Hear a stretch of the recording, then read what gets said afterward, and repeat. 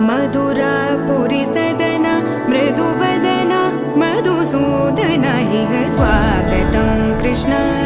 चरणागतं Krishna मधुरापुरी सदना